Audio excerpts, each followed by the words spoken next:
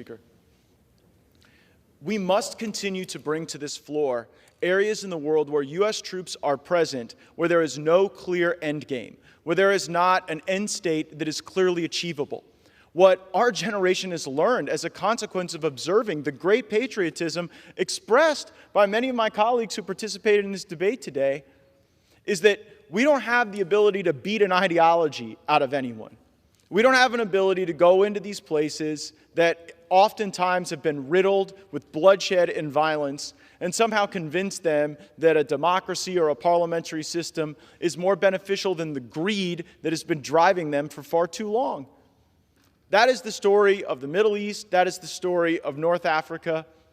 And if my constituents have to go to Somalia and Syria, then I think everyone here should have to vote one way or the other. And I don't expect to win that vote. But I was expecting probably during this discussion to maybe hear a little bit more about what is it that we expect these people to do in Somalia to ultimately get them out. What we've heard is some version of the argument that we got to fight them over there so we don't fight them over here, even though all the evidence in the record suggests that they don't have the capability to even strike us here. And that the harboring of terrorism that seems to justify the 2001 AUMF permission slip for American intervention, that in no way relates to the activities, capabilities, goals, ambitions of this particular group. What this group wants to do is they want to be able to overthrow the government in Somalia and orient Greater Somalia under their Sharia law.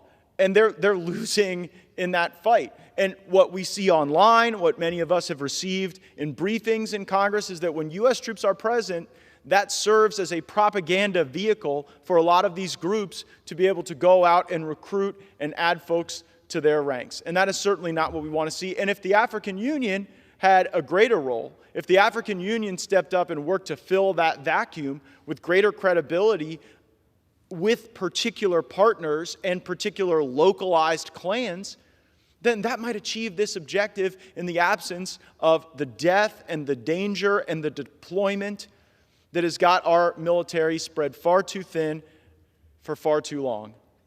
I heard in my colleague's opening that we have to reject the siren song of isolationism. I would observe that globalism is no lullaby.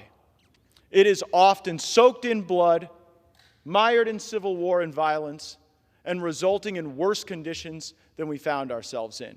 There are 17 million Somalis. I'm rooting for them.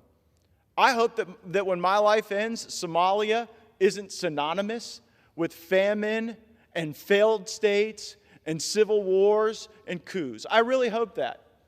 But we must also exercise sufficient humility in this body to understand the capabilities of persuasion for a relatively small batch of American troops given the problem set. And I would return to the argument that I made earlier in this discussion. There is an opportunity cost to this in people. There are specific units that call my district home that are having to split between AFRICOM and INDOPACOM when the reality is whether or not our children are speaking Mandarin, our grandchildren are having to get dominated by the Chinese Communist Party is not going to be the result of who wins the Battle of Mogadishu. It's going to be the result of who holds the high ground against our true-pacing adversaries. And becoming the neighborhood block captain of Somalia is certainly not the behavior of a serious country engaged in very serious challenges against serious adversaries. I thank my colleagues for their indulgence. I certainly thank the leadership for permitting me such time, and I would yield back the balance. Gentleman yields back.